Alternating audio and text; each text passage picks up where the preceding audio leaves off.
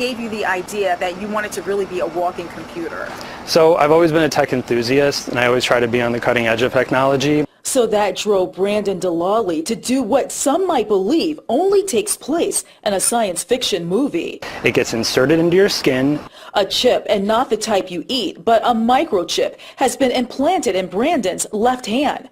This one is just a little guy right there. Yeah, I see that right there. Yeah. Definitely. So after that was inserted and the swelling went down, I'm able to open up the front and back door to my house. I can walk up to people and have them tap their phone to my hand and instantly transfer my contact information, my portfolio, my COVID vax card. But Brandon got to thinking, why stop there? He's got 2 hands, right? And plenty of room for more chips.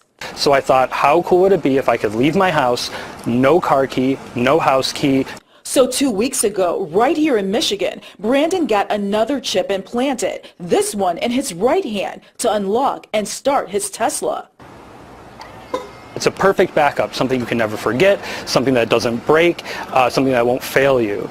And if you think having chips implanted in your body requires a doctor or is costly, well, think again. The chips themselves are anywhere from between $200 and $300, and the install only ran me about $100 because you can go to a local piercing shop who will obviously agree to do the installation. All the programming and coding of putting the apps on the chip, that's all done by me. Moving forward, Brandon is thinking about having other chips implanted in his body. So it'll be inserted right under or right over your breast, and then you can tap your phone to your chest and instantly get temperature readings.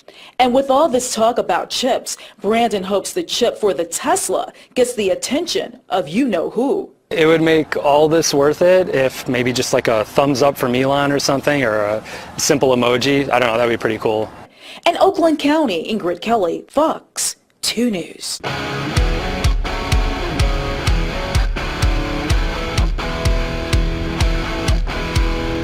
People ask me all the time, Hey Brian, do you really use that keto elevate stuff, and does it really work? the answer is yes and yes. Never in my entire life have I lost body fat so quickly. Not even in my prime at 25, which is over 25 years ago. I'm approaching 54 this year.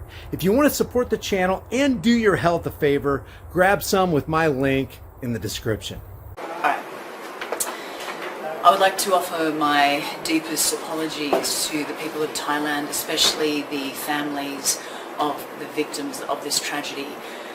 We are so sorry if we've caused you more pain and suffering. That was never our intention. We would also like to apologise to the Thai police and to the Deputy Police Chief for the inconvenience that we have caused. We know that your country is going through such a painful time, and we never came here to cause more grief. So thank you. Do either of you have any questions for Ms. Pentecost? Oh, thank you. Yeah, you like her eyeshadow. That's great. Yeah. Yeah, maybe she'll let you borrow it. When you're older, when you're allowed to wear makeup. Yeah. Of course. Yeah. Well, one of the things I think is great about Ms. Pentecost is she reminds us that we follow a God who calls us to not conform to things of this world. That we're supposed to be transformed by the renewal of our minds. And that means that what I think today may have to change tomorrow if I continue to renew my mind. And it's so cool that we serve a God that calls us to continue to grow and continue to change into something new, and to not be bound by the ways that the world confines us sometimes, that we're supposed to live differently. I got to tell you, I have some of these know-nothing consultants who tell me, you know, you really need to back away from President Trump right now. Wouldn't it be horrible? Wouldn't it be horrible? What would it say about my character if I stepped away from my friends? If I step away from my friends, that means I would step away from you, and I will never step away from the people of Arizona. And so for those know-nothing consultants and the media, I want to show you what it looks like when I step away from President Trump.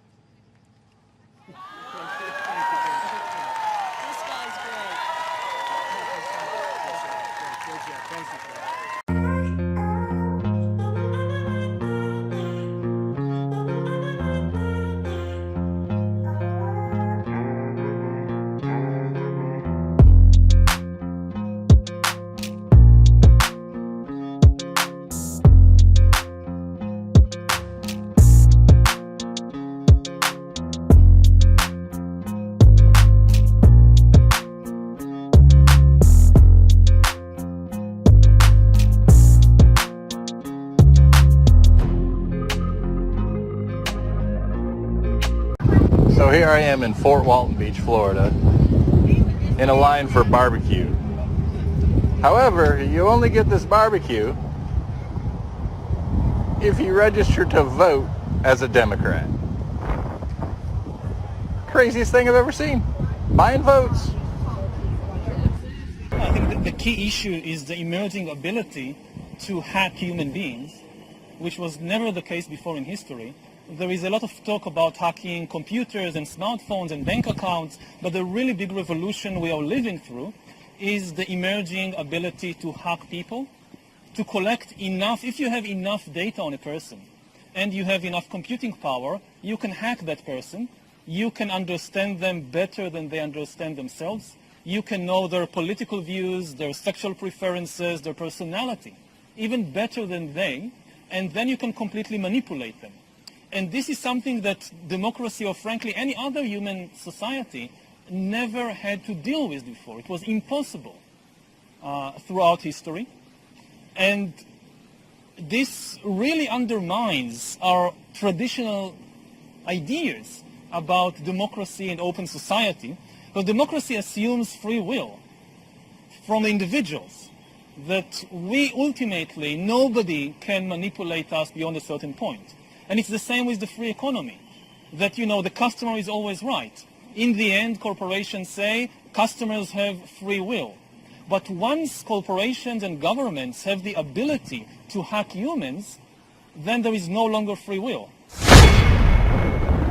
First of all, we are seeing an enormous rise in unemployment because of the pandemic. And at the same time, I mean, you could have expected, okay, there'll be a period of large unemployment. Gradually, within a few years, things will return to normal and people will have jobs again. But this time it's different, because at the same moment, you also have a dramatic historical shift in the economy, which is digitalization and automation.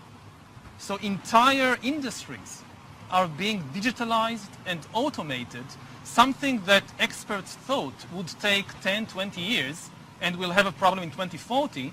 It's now accelerating. That, you know, in my own university, we talked about moving online, digitalizing the university for years, and have done nothing. When the COVID strike, we did it in 2 weeks. Back, as you could see there, stocks at the lows of the session. I want to play now at least the first soundbite that I mentioned from Jamie Dimon over in Europe with our CNBC Europe reporter there about the stock market, a recession and what might happen.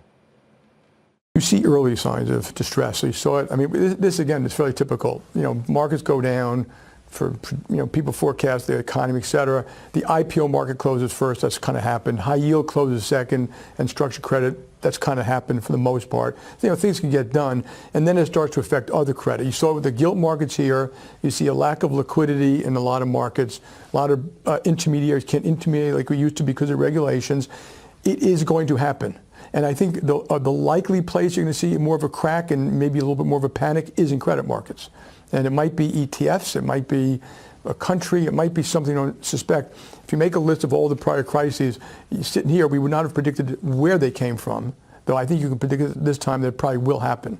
And so if I was out there, I'd be very cautious. If you need money, go raise it. What about stock markets? Where do you see the trough for the S&P 500? Oh, I don't know. No, look, it may have a ways to go. I mean, it really depends on that soft landing, hard landing thing. And since I don't know the answer to that, it's hard for me to answer that. But it could be another easy 20%. And I think like the next 20% will be much more painful than the first. Rates going up another 100 basis points are a lot more painful than the first 100 because people aren't used to it. And and I think negative rates, when all is said and done, will have been a complete failure.